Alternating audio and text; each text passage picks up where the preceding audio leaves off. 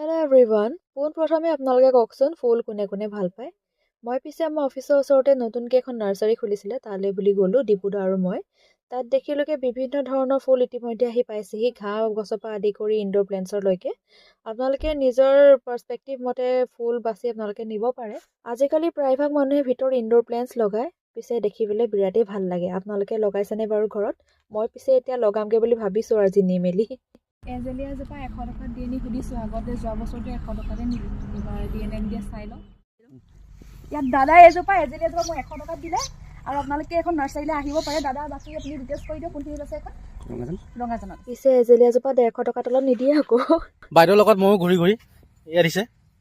বাইদেৱে ফুলনি বাগিচাটো ফুল কাৰণে বিচাৰি ফুৰিছে, ময়ো ঘূৰি আছো। মানে বাগিচা দেখি পাগলে গৈছে। এবাৰ ভাবিছিলো মই এইটো বছৰ ফুল নিকিনো, কিন্তু এইবোৰ বাগিচা দেখিলে মোৰ মানে ফুলনি হৈ যায় মনটো। ফুলখিনি লৈ মই আকৌ অফিচলৈ গ'লোঁ। আজিলৈ ইমানে, বাই।